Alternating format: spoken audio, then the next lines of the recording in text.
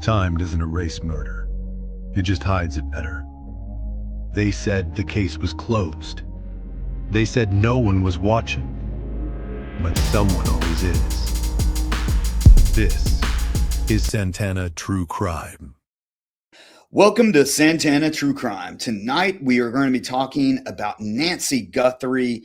Joining me tonight, I've got Dr. David Hayes. I'm sure everyone's seen him on Court TV, as well as some Fox affiliates. Also joining me tonight is the True Crime Professor, Dr. Brian Santana. Gentlemen, welcome to the show. Thank you. Thank you very much. All right, well, let's just get right into it. I think everyone's seen this case. We'll walk through it again just because I want to point out some details. But David, again, I appreciate you coming on. I know that you've been, it seems like you're making the rounds now on the networks. Yeah. Yeah. So you've become an expert in this case, obviously. I think as expert as anyone can be, really. There's so many unanswered questions that so what we deal in is largely propensity, past data, and of course the behavior that we can map that we have right now. So when we're looking at this case from a victimology standpoint, we've got someone that I'm not really sure of how much celebrity status she has within that town. And what I mean by that is how well known it is that she's Samantha's mother, right? I don't think it's very well known at all. I mean, like from the onset, what I think we're looking at here is it's Pima County, Arizona. And Pima County, Arizona, like many areas in Arizona, has some, pretty significant drug problems. It's usually an oxy thing. It's not stuff coming in over, the Mexican border. It's straight up pills most of the time. And I think that Nancy Guthrie is a very vulnerable victim, meaning she's elderly, she lives alone, and she, obviously has some sort of income outside of the normal hand to mouth elderly income. There's something that the house and all the other things. So this could simply have been a home invasion to an elderly person of means who lives by herself and just botched from that point. Very likely, because I don't think it feels as if that her celebrity status via her daughter is a late stage thing. Yeah, and that's where I was kind of thinking of myself, is that this isn't a McMansion that she's living in. I mean, it's a nice home, don't get me wrong. And I'm not sure about the area, never been there, but it doesn't feel like to me that the intent about this was to rob someone that's extremely wealthy because of their, celebrity status within that community. I think that it's more than likely that there's an elderly woman that lives on her own with pain meds at home. Maybe some cash, maybe some pain meds. And that's interesting thinking about the motive. I was just thinking, Cameron, as you were talking about our friend Julia Cowley, talking about like when she was profiling, thinking about those three buckets that she looks for. Is this motivated by finances? Is this personal, or is this sexually motivated? And one of the things that's really confounding to me about this case is I'm not really sure. It doesn't obviously drop into any of those, right? Like, I mean, maybe it seems to make sense. And in retrospect, like you were saying, David, like, oh, this is the mother of a celebrity, so it's got to be financially related, but it's not entirely clear like how that was supposed to work. Right? So I don't think that was the intent, though. Okay. So I think it is financially motivated, but it was snatch and grab, and something went wrong. Gotcha. You know, it kind of irks me about that, and I was just reviewing the timeline, is that you see that from 9:48 to 9:50 is when the family drops her off. And we know that the garage door opens at 9:48 and closes at 9:50. And this is according to the sheriff. I got it from ABC News. And then we know that at 1:47 a.m.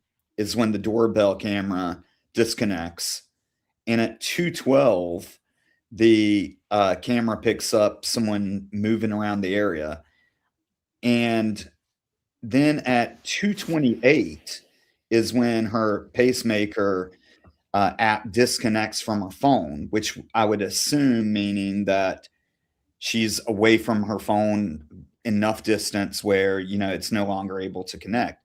So if we're looking at around 2:28 to possibly 1:47, I mean, is this we go in there and we're trying to find something of value and we don't, and then we later learn that who she is? Or do you think this is they spent more or less half an hour just getting her out of the house? I think based off of that, and don't forget the blood on the stoop Right. on the way out. So my assumption is we have cased it and we know who lives here. We don't know that it's Samantha Guthrie's mother, Nancy Guthrie, because that wouldn't pop up on our radar. But we know that this is someone that has some things that we might want, and is going to be reasonably simplistic. Lives by herself. She's very old and very vulnerable. Um, we get in there, and I can't tell you what happened inside, of course, but um, if Nancy Guthrie puts up more of a fight than expected, for example, or Nancy Guthrie has a health event, and this group of likely not very good home invaders panics, they could bring her with them. Maybe they find out in the house who her daughter is. I don't think that's likely. That really smacks. If you like, we're gonna Ramsey for a second here. The ransom note for John Benet Ramsey kind of read like that it was written by someone who wrote a movie, watched a movie about ransoms, and decided to write a ransom note. Right. The way this, I haven't read this ransom note, of course. I don't think anyone has outside of law enforcement, but the way it was delivered and who it was delivered to, so entertainment people, it feels the same way. Like, this is how we do ransoms. So it feels like they found out who she was later on, like post taking her from the place. But it doesn't feel like a kidnapping. If it's a kidnapping, it's the worst kidnapping known to man. It is the most terrible kidnapping ever, and it's botched. And the request for money is done poorly and ham-handedly, and in the way they could be found so easily. Despite Right. the anonymity of Bitcoin, that wallet is going to be the most watched Bitcoin wallet on the planet. Because that's public. You can't that people just watch that. So there's some basic misunderstandings with how things work, which is kind of leaning into my, all right, we're home invaders. We do this a lot. We take what we want and leave. Something went wrong in there. Nancy Guthrie accompanies them out. Then they find out that, oh my gosh, that's a famous person's mom. Let's try and get some more money out of this in this very, we think, clever way, which really isn't. Given that, are you surprised that no one has come? I can't remember exactly what the reward is up to now. I think it's close. Is it is it $1 million, or did I just make that up? It's a lot. I think it is $1 million. I think is very high right now. And I guess I'm just wondering, if this is a situation where they quickly find out they are in over their heads, and there's going to be a lot more attention on this, maybe than that they initially anticipated. Mm-hmm. I'm wondering, does anyone in their circle potentially know that they're responsible? And is that $1 million a very enticing incentive to make a phone call to the FBI? If someone knows, sure. Mm-hmm. And that's incredibly enticing. But the desert is incredibly big. And if you want something to be lost, you put it there. Mm-hmm. And if you don't tell anybody, if it's that single masked person messing with the camera, mm-hmm. because it is reasonable to assume that a single person can abduct Nancy Guthrie. Mm-hmm. Right. Her age, her vulnerability, and without a co-conspirator, who's going to tell? Mm-hmm. So, and then the desert outside of Tucson, Arizona, has been a long time place for organized crime to deposit things they never want to be found again as well. So there's a long history of this nature taking care of things. And sadly, I think that may be where we're at with this. And you know, it kind of supports that theory too, as far as this being about drugs or some other financial means, is that at one point, I think in that one, he actually does have a backpack, but he's got the backpack on in this picture, and law enforcement has said that in other photos, he does not have a backpack on, and they've said that he's come to the house on more than one occasion. So, you know, I think that that's a safe assumption that if we are talking about someone that's casing homes, maybe he's doing surveillance on that area and just trying to find an easy target. And it's the whole hood. Yeah. I mean, you know, from law enforcement, someone is not, they're going to do their homework. They're going to see who comes when and who leaves when.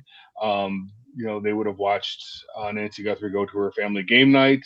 They would see her return. They would know she lives alone, making her a prime suspect. You know, and then we're you know on the verge of a large desert area as well. So there's some outback to deal with, and a lot of places to search. Just even like the glove searches, they were searching in the 2-mile radius to find anything, and nothing showed they up. found like 200 gloves or Yeah. something ridiculous. Yeah. Everyone throws everything in the desert. I lived in Phoenix for a decade. You know, the desert is sadly America's trash can sometimes. Well, Cameron, as you were talking, I'm just wondering if this is not the only person, unless he just locked in on this one elderly person who has money.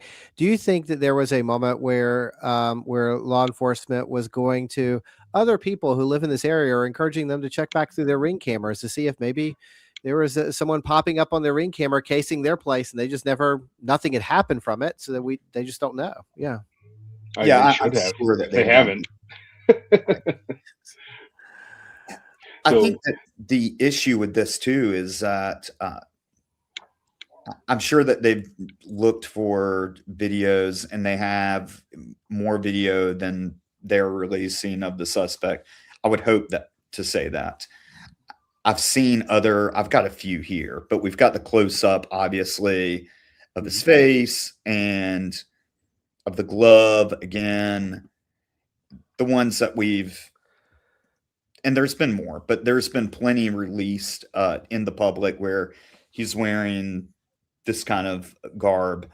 And I know they've been able to find out that the backpack was bought at Walmart. And so they're making that progress. But I'm wondering what those other videos have revealed.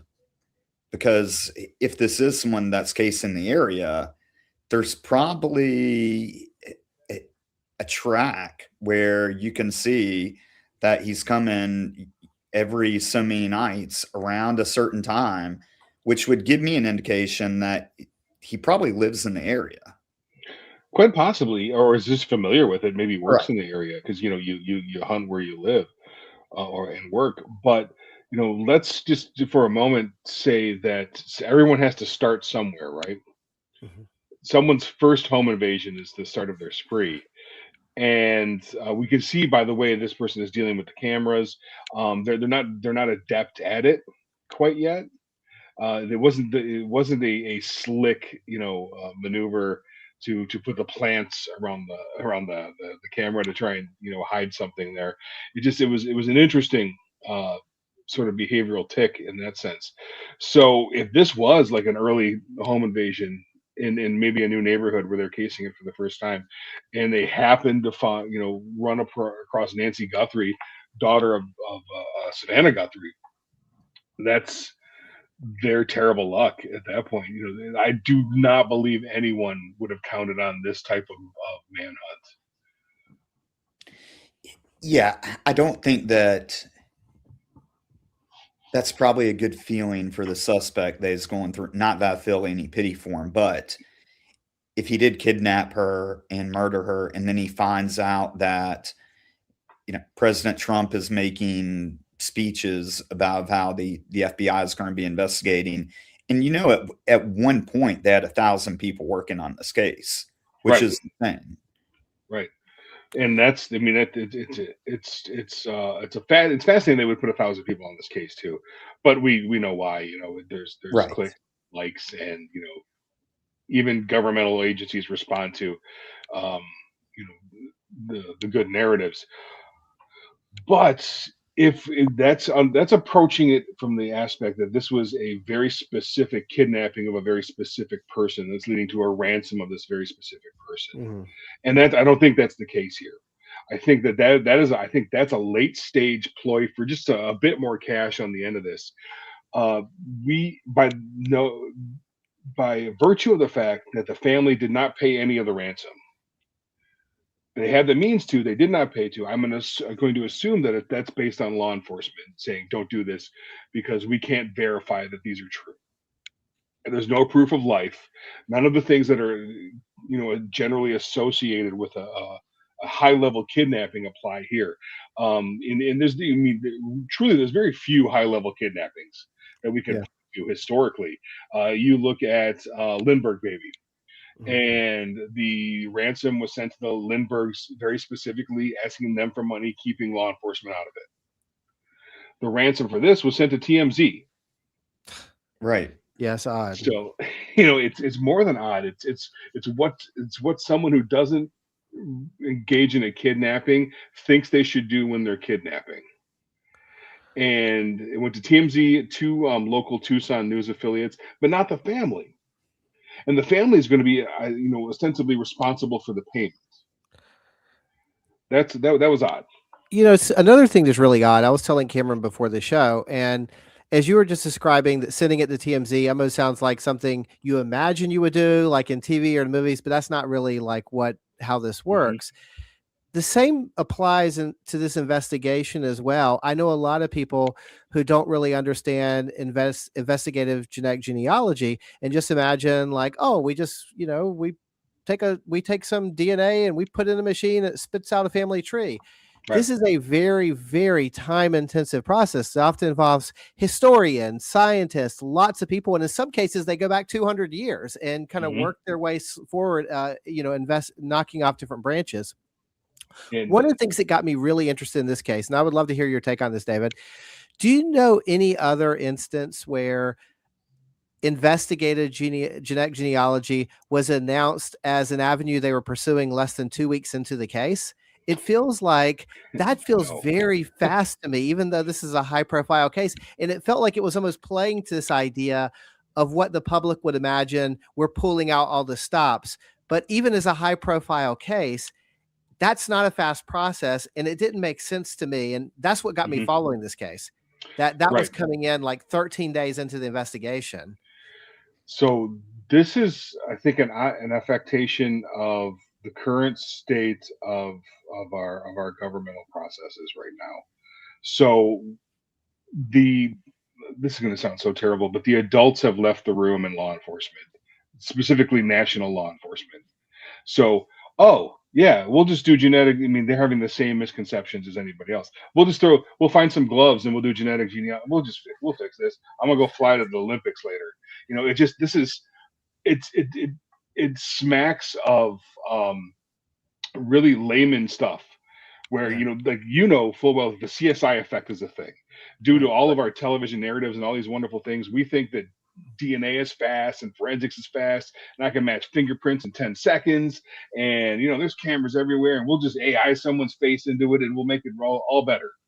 And I think that our national law enforcement leadership thinks the same way, due to a relative lack of experience in national law enforcement leadership or law enforcement in general.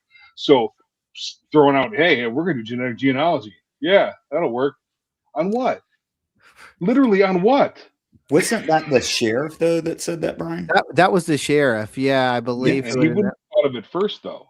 That's going Yeah. to be hand-me-down stuff. The sheriff, you'll see that this sheriff did the right thing at first, I believe. The sheriff deferred to the FBI. Mhm. Way out of his league. Great move. I don't think he's getting great information from the FBI, and then now he's left to his own devices, and here we are. We're playing for a narrative at this point. And this is so cynical of me. I get it, but as long as this narrative keeps going, people keep watching. People keep being interested. Well, I think people had this expectation, or at least I did, that this was not going to last very long. Right. This was going to be max 2 weeks. You've got the FBI behind this, a lot of political pressure as well. This thing's going to get wrapped up. This guy's screwed. They're going to be knocking down his door any day. Or just logically, Nancy Guthrie can't live without her medication that long. Right. There's going to be a conclusion to this in some manner at some point. And I think, as we, so many people were perpetuating the Epstein tie because Savannah Guthrie interviewed Jeffrey, I believe her name was. And this is not a payback for Savannah Guthrie interviewing somebody 4 years ago. This is, we let's go back to Occam's razor. The simplest explanation is usually the correct explanation. And on its face, what the evidence is telling us that someone broke in there and someone left with Nancy Guthrie in a state of distress. The ransom note came very late. It was not quick. It was after Savannah Guthrie and her family had appeared all over television, and someone could see that this was a famous person's mother. And that ransom note went to TMZ and news outlets and not the family. If I have, if I kidnapped your mother, it would be really simple for me to get her to tell me what your email is. I'm sure she would give it up quite quickly. Say, yeah, oh yeah, Cameron's email is this. I want out of here. Here's the email. Get a hold of him. So it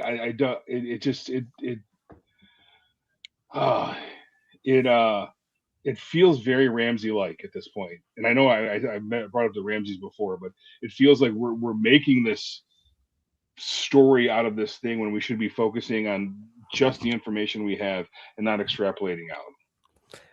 And I kept thinking that when they introduced the investigative genetic genealogy into conversations, and I don't remember if it originated from the sheriff or the FBI, but they certainly both mentioned they were pursuing that route. I remember wondering, are we, with all these resources, are we at that point 13 days into the investigation that we just have investigative genetic genealogy left? That blows my mind, because I tend to think about investigative genetic genealogy, and maybe I'm totally wrong, and there's another case out there that would prove me wrong, but as something where it was very time consuming, it's very expensive, and you've exhausted every resource, and it's basically, we have this or we have nothing, really. Right. And it's worth a shot, but not just something happens today and then next Saturday we'll start investigative genetic genealogy. That's so weird to me. I can't even wrap my head around it. And it's what got me following this case to begin with. It was pretty weird. And so in a high profile case, there's a lot of resources that they have. So I don't think money is an object with this. There was literally 1,000 people working on it before, like you indicated. Money is not enough. No one's clicking the overtime button at the Pima County Sheriff's Office like, oh, not today, Ted. You can't work today. We're over budget. So the money wise defaulting to that is sure. But what kind of DNA could they have pulled from the home that would warrant this massive search, like you said, with scientists, historians, tracing genealogy back that far, potentially to get to something. I know that they found they did a DNA test on the glove that they found, and there was high hopes on the glove, and the glove belonged to someone who worked at the restaurant across the street, and it was thrown out. So, all the technology in the world is great, but pushed in directions where it doesn't make sense is not helpful. Well, I know they've scaled it back now to 4 investigators from Pima County, and they're working with the FBI now. So now it's more of a traditional task force, and everyone else has been sent back to work, which shows me that I feel like they're really grasping at straws and just starting back at day one. I know that the DA's office went to the house today to start to look around and try to get another set of eyes on it. But this definitely is going to be one that either they're going to have a hard time finding her, like you said.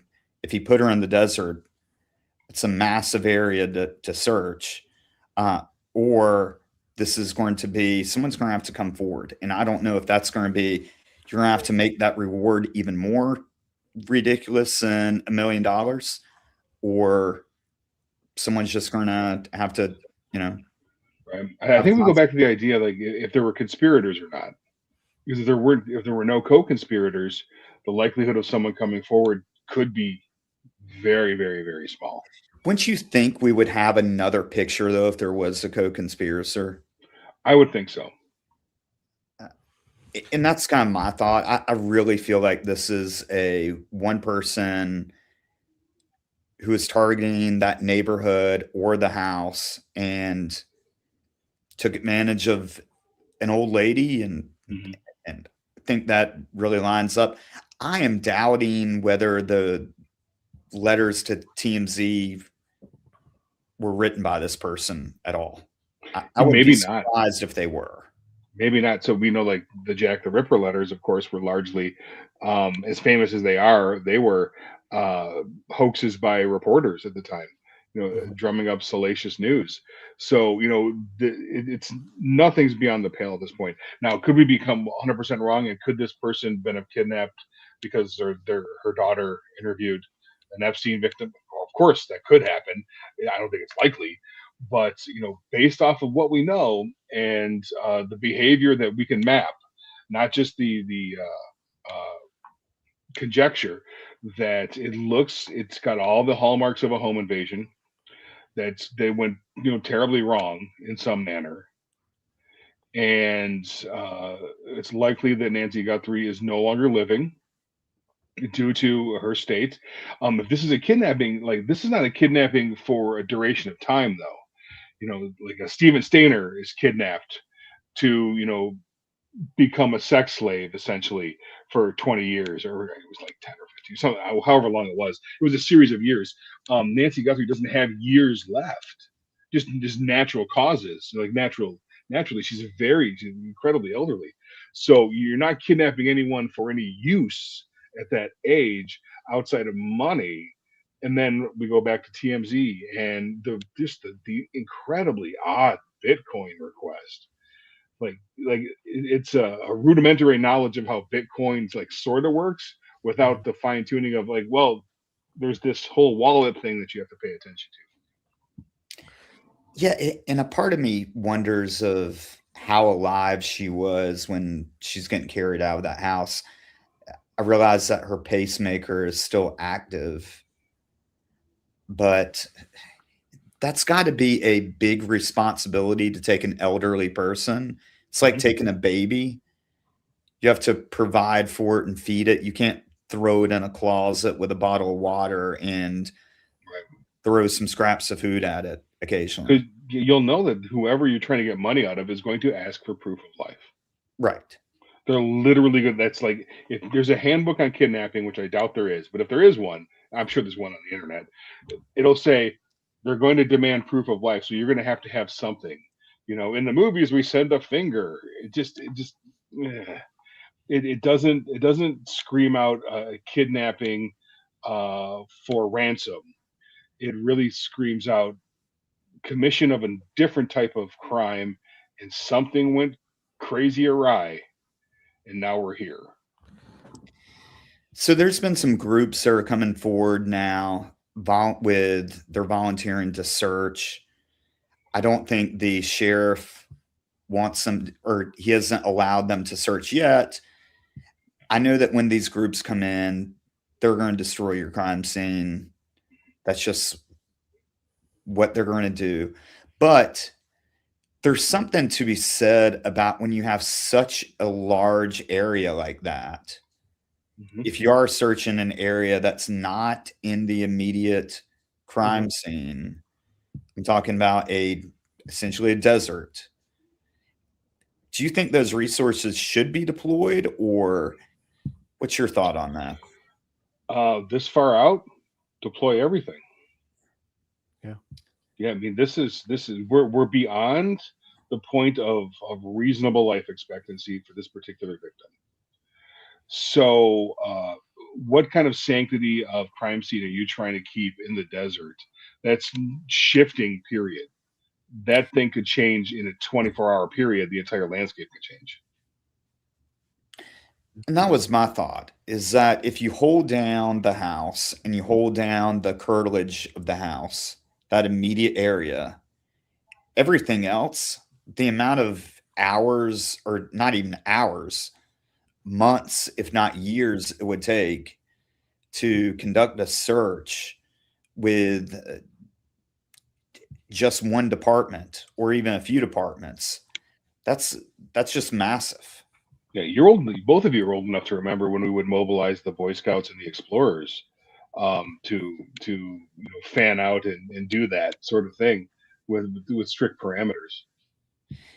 Yeah, and I've done searches before, and one of the longest ones that we actually found the guy, we had to do it in, it was more or less a swamp / woods and then some farmland that we were going through.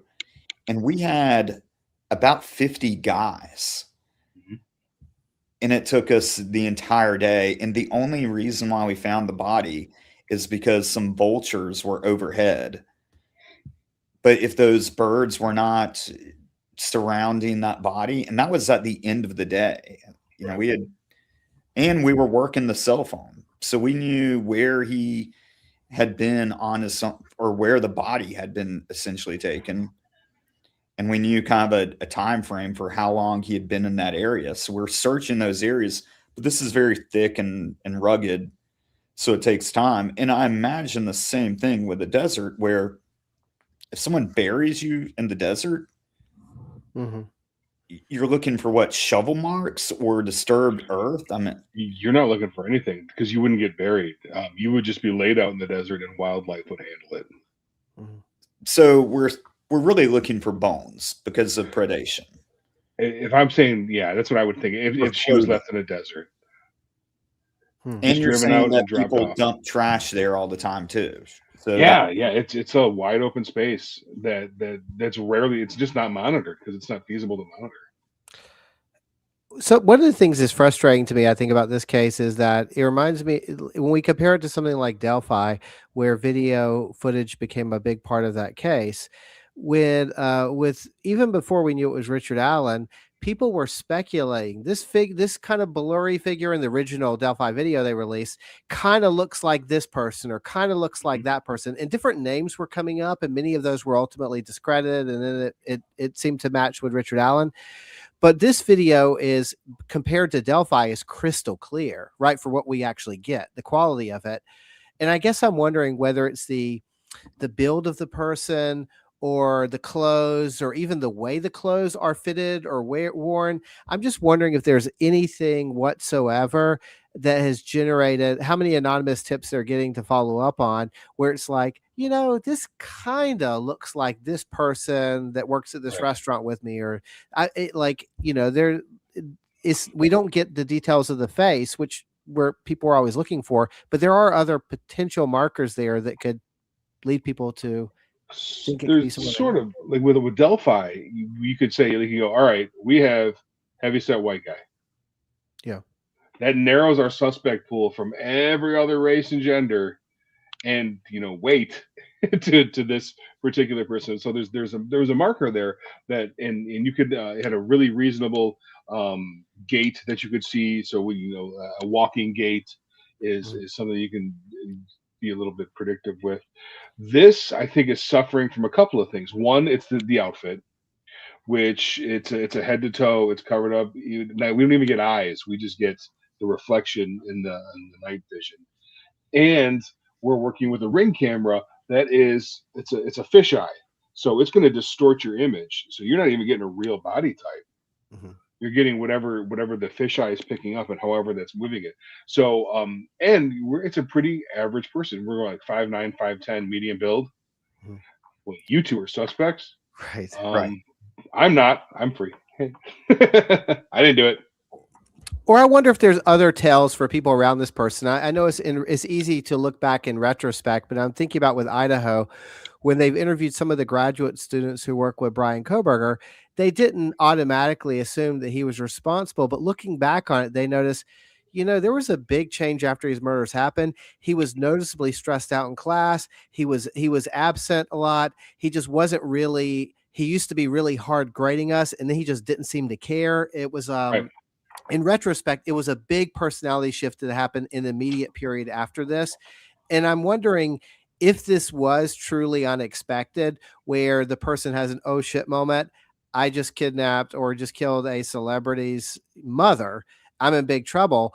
Would there be even a period of time where that's going to, if you're not an experienced criminal who's done this before, that's going to be maybe hard to contain yourself. And maybe they don't assume it's because he had anything to do with this crime, but they notice Right. this person's like something's going on with them. Right. So that's completely valid. And until someone told the associates of Kohlberger what he did, they didn't put two and two together. Right. So like, oh, what did his girlfriend break up with him? He's a jerk today. Gosh, we're going to use it. It's called a fundamental attribution error. And what we do with the fundamental attribution error as humans is, if you're mean to me, I'm going to attribute that to your personality defect, and I'm not going to take any of your context into account, because that's it's a survival species thing. But if this person accidentally killed Nancy Guthrie in a home invasion and is completely worried about it and is at work and is abrupt with people and is short and is biting his nails, I'm going to go to everything but he kidnapped Nancy Guthrie. Right. That's it. I'm gonna go down the line. I don't know. Lost his car. His dog died. All the things that I'm gonna hit before I come up with this. But in retrospect, once this person is found out, yeah, there's going to be definite behavioral clues. David, what do you think about the family being named to be involved right off the bat? This reminded me a little bit of John Bonet, where it's like right off the bat, the media clicks on to the family and the daughter and the son-in-law, and I feel like that was the what was really building up steam and driving things in the headlines. Yeah. Are they just easy targets or what? Oh, 100%. I mean, what's a better story? Elderly woman gets kidnapped for Oxy, or Epstein victim interviewer's mother is kidnapped. What's the headline you're going to read? And so when it'll just go from there, like, oh, well, maybe that son didn't cry enough during the interview. It's got to be him. It's got to be him, because we have armchair detectives and net detectives and just making the craziest logical leaps all the time with this sort of stuff. And that's probably the Pima County Sheriff's reluctance to let outside groups on the ground to help out, to see how much more work they're going to cause everybody else, because it's a valid concern. But when you publicize something, every nut job in the world is going to have a theory and an idea, and they're going to turn in their cousin and their brother and their ex-husband and whoever they decide to. Anyone that has ever owned a pair of gloves is going to get called about if someone doesn't like them. So that's just, it's the family's easy low-hanging fruit, and they're famous, and it keeps the clicks going, and it keeps the story going, and this really smacks of Ramsey. A lot of this stuff has some real definite John Benet Ramsey sort of connective tissue. Outcome's different, victim type is different, of course, but the amount of attention spent on it and the conclusions that people have jumped to without any real foundation are very similar too. Yeah, I feel like that was just going after the family. And then once those pictures came out, what was interesting is on social media how experts were using AI. I say experts laughingly, that experts were using their AI programs to put up these images. And I'm looking at it and I'm like, how can you get anything out of that? So the funny thing about AI is that it doesn't make anything, but it will tell you whatever you ask for should look like. Right. So, and that's exactly what they're getting. Who knows what they typed in as a prompt, but who's behind this mask? And like, well, there's a ski mask, and the AI is going to think a ski mask. That's probably going to be a white person because people ski more than anybody else, and it's going to put together all this weird data and throw it in there. Well, one of the theories, of course, was that I've just got to say it. I saw this on more than one occasion where they wanted this to be cartel related. So they made the guy look like a Mexican, and they're like, oh, see, the cartel kidnapped her. Desperately. And of course that gets a lot of clicks, right? But I don't think that would be a likely scenario. Maybe the cartel ran out of pain meds and Nancy Guthrie just went to the pharmacy. It makes no sense. The cartel has nothing to do with it. This is not an Epstein victim thing. I don't think there's a high level conspiracy. It doesn't say that, because if there was a high level conspiracy, that's the hardest secret to keep. We're talking about multiple co-conspirators over various different levels. Someone always talks. And if we have a lone intruder or one or two people that screwed up so badly, they're not going to say a word. They'll die with it. And that's what never made sense to me about this as a kidnapping early on when people were speculating, because I always just come back to, and I've said this to Cameron before, like if the person hypothetically knew that this was a mother of a celebrity, and if they had some like plan to kidnap them and they would somehow end up rich out of it, like when in the history of the world has that worked? Like it just seems like people reinvent the same bad idea if that was true. And like, it's just hard for me to believe that someone would be so stupid to imagine that I'm going to be the one person this works for. And so, but if this is this becomes almost a whodunit, which is incredibly difficult to solve. If there's actually no tie at all, and it's really just, I wanted to break in their house to steal some oxy, like you said, and I have no tie in any way to this, that's hard to solve. Now. That's the hardest to solve. That's why, for the most part, that's why serial murder continues to if someone continues to be a serial murderer, like the truck drivers up and down highways, they're absolutely random and they're victims of opportunity and circumstance. If you're casing a neighborhood and you say that 85-year-old woman lives by herself, I'm in. That's all you really need. And they don't have to live there either. Is it an Uber driver? Did someone deliver food and just happens to see this? That's true. Yeah. We're in a different world than we investigated kidnappings. In the 20th century, we don't have to live. We can work everywhere and hunt everywhere too. So there's so many different factors in with this. It doesn't surprise me of the propensity of people to jump to these very strange logical leaps to conspiracies. That is more interesting. It's more quote unquote fun to think about. We're talking about a woman of means and a famous person, so it's already in the world of nothing close to my narrative. This is fiction as far as I'm concerned. It's like I'm watching Dallas in the 80s again. Look at this is what happens to rich people. And that's where all the speculation can come from. Go ahead, Brian. I was gonna say the only thing it feels like it's safe to assume is, I'm assuming whoever's responsible for this is probably feeling at least some degree of stress by this point after all the attention it's gotten. Yeah. They've made it through the wave. You've made it through the FBI flooding the area. I know they have a large presence there and they're continuing to work it. And I'm not saying that they're going to get away with it, but your odds are improving every day. Really, yeah. And sure, if this person hangs around the area, and I don't want to give them any ideas, but if they've done certain things to erase their tracks, and I'm not saying that he'll never get caught, but I feel like there's been a big shift, and you've got other things going on in the world with ISN and with the Epstein files, and so it's taken away that immediate attention. And as other things start to happen, this kind of starts to fade away, almost like Well, Elizabeth Smart, where it's a at new first it story was a popped up. deal and then people forgot. Yep.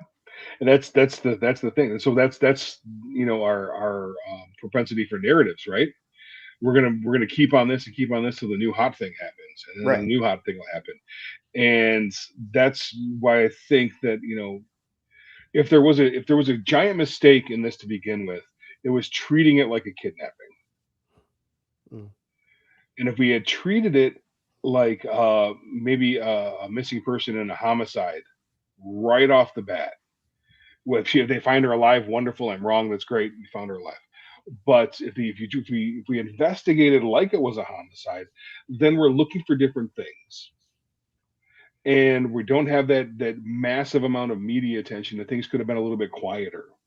Because the minute this went to national media, that could be the moment that Nancy Guthrie ended up in the middle of the desert. Because if you can never find a body, chances are you're Right. never going to find me. Yeah, and it would be interesting to find out when exactly he figured out who he had kidnapped. Sometime before the ransom note, for sure. But I think that if the ransom note came, I believe 3 days after. Mm. I think I don't know the timeline that well. So if you pull up when the ransom note came in, then we could look back and see when was the first Savannah interview about it. When was the first family interview? First family interview and the amount of time to the ransom note. I think that would be my timeline right there. For like, oh, what do we do? What do we do?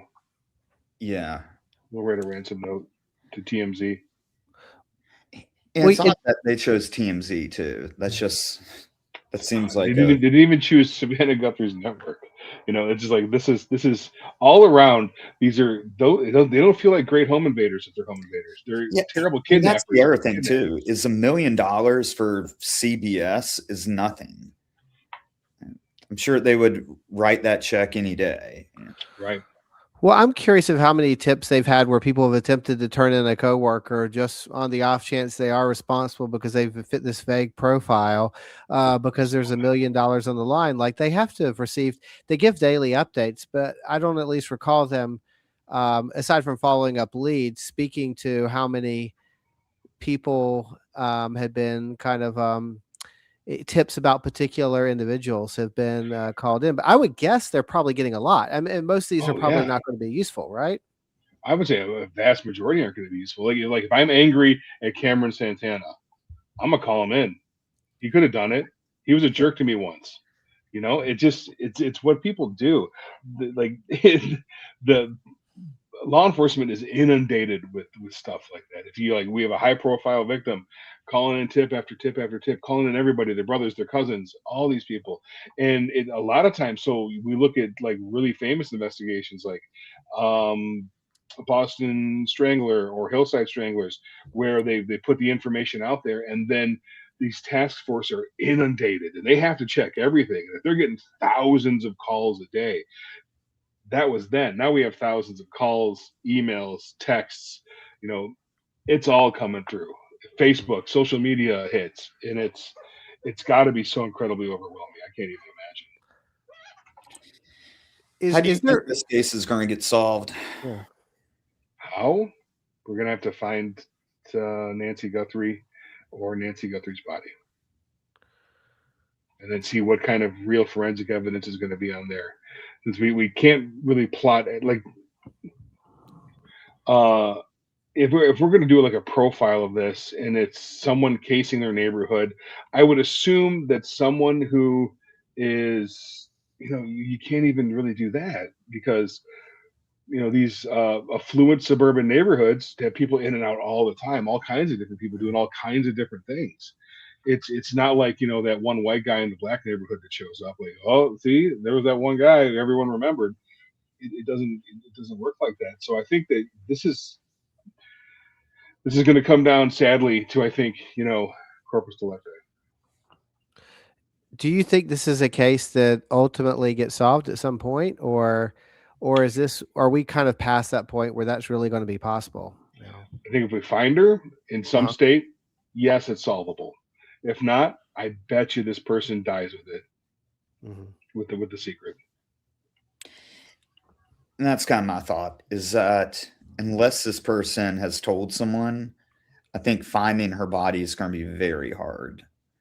Mhm. And it doesn't look hopeful for the investigation, because you would think that if they were getting a lot of good tips and they had the manpower in place, they would keep the manpower in place to continue that work. But if you're cutting down to 4 deputies joining a task force, I'm guessing maybe 10 guys. That would be a guess. Right. But let's say around that number, maybe 20. That's a lot different than 1,000. And I don't think that you make that move unless things are drying up and you're starting to realize that, you know what, we need to divert our resources back to these other crimes. I do think that based off of where we're going as a species, I think that this is a perfect usage of AI for time that we could use AI, and that is in social media scrubbing and searching. You know, you can set your parameters to people that live within a certain in Arizona alone, and you can set keywords to scrub social media to find out who's talking about what. Because if someone's talking in 2026, they're usually talking online in some manner. So, I mean, that's one avenue that I think might be helpful with this. I don't think we've really broached it outside of, national, things that ICE has been reportedly doing with scrubbing for anti-ICE sentiment and stuff. But it exists. The technology is there, so we can set those. I would set those parameters to start those social media searching and see the usefulness of AI is in collating data that exists. So use it. And it makes you wonder if, like, with all these tips they're flooding in, is this one of those things like, well, this person, even if the person didn't know for sure the person was responsible, this person's name has been mentioned by somebody that's been Mhm. recorded and written down. I'm thinking about, like, with Delphi, the way that Richard Allen's name was there for a really long time before someone doubled back and had maybe more substantial kind of clues to work with, and was able to put two and two together. But with this, is there a case where there's so many clues being phoned in, someone's mentioned this person's name? They might not even been really sure that they were responsible, but their Mhm. name might be recorded in some report somewhere. Yeah, volume. Volume of appearance in Yeah. in different things. So yeah, it's like we go back to the Epstein stuff. It's like number of times someone shows up in a thing is that we're actively counting. There's no reason why it couldn't be done here in the same manner. I don't know how the tips are coming in though. Is it someone answering your phone and writing things down? Because then we introduce human error into a lot of that as well. Or and volume is part of a thing of human error too. You're getting 500 calls a day, and you're scrambling to keep up. You know, or is it automated? Mhm. Hopefully, there's some sense of automation to it because that kind of takes that human error out. It also takes the human judgment out too. But with volume, we have to make a sacrifice. Well, David, I appreciate you coming on, as well as Brian. Any final thoughts before we close this up? Yeah, I hope that Nancy Guthrie is found alive, but I'm not sure. And I just would like to warn everyone against speculation again. Jumping to these fanciful conclusions because they're interesting is kind of goes to the detriment of actually trying to find somebody and make sure they return home safely. And Brian, go ahead. I would just say that this is one of those cases where it feels like there's so many unknowns that it's really hard to even have a kind of, like David was saying. I don't really have a definitive opinion one way or the other about really any of this stuff. I feel like there's lots of questions, and I appreciate David's points and others who who have pointed out kind of really interesting facets of it. But there's so many unknowns. I don't even really know what to make of it. So it feels like one of those things, and maybe that's part of the media spectacle that this has become as well, and what keeps people interested. We're kind of watching what's come out each day, because we're imagining at least that some of those unknowns will be closed off. And maybe if we can limit this down to 2 unknowns, we can start to kind of make progress. But right now it just feels like I don't know what to make of it. It just is very kind of bizarre. But I do ultimately suspect some of the bizarreness is just because of the randomness of it, which is really hard to solve. Right. Yeah, if we could get the unknowns don't bother me, I could use a few more knowns. So keep as many as unknowns as you want. Give me some more knowns, and then all will be well. That's true. Yeah, I think they're going to have to just grind this one out and go back through everything and maybe put in from some new eyes. And hopefully they can. It would be nice if they did miss something like in Delphi. Maybe it is right in front of them.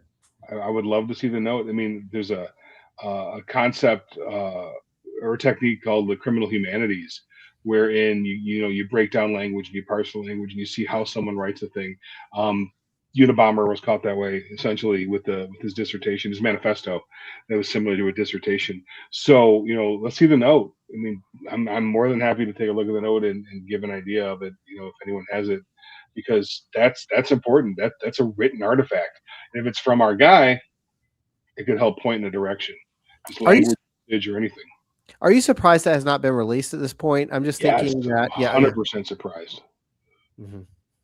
We haven't even seen the fake note where the guy was indicted on. Right. And maybe they didn't want to release it because they were confident that the investigation was going forward. And they didn't want to give any loopholes or leeway when this does go to court. And you want to keep those things out of it. I haven't seen a discussion of the note in quite some time either. So maybe it's been abandoned as a clue. Yeah, or they just plan on not releasing it, and they don't want to talk about it. But or it's exculpatory to a narrative. So you never know. Yeah, you never know what's happening. All right. Well, David, is there any way we can support you? Oh, just anyone, go to hayescriminology.com if you want help with the case. Again, everything is always pro bono. Keep up on the media there. If I ever finish a book, it'll be on there, so you can buy it then. But if you need me, that's where you find me. All right. And Brian, how can we support you at briansantanaauthor.com? Just by going to the site. I put updates about what I'm kind of working on. I need to put out another one this week. And we're currently working on a book right now, and so some more information about that will be coming out soon. But you can also follow me at True Crime Professor on Instagram, and that will kind of mostly promoting a murder on campus at this moment, but kind of anything else I become tangled up in pops up on there as well. All right. Well, like you said, you can support both of us by buying our book, A Murder on Campus, the professor of the cop in North Carolina's most notorious cold case. You can also like and subscribe to this channel, and you can check out my newest show, The Disclosure Lounge. I do that with Kelly Brink. David, Brian, thank you very much for coming on. Hopefully this one gets solved. Good night.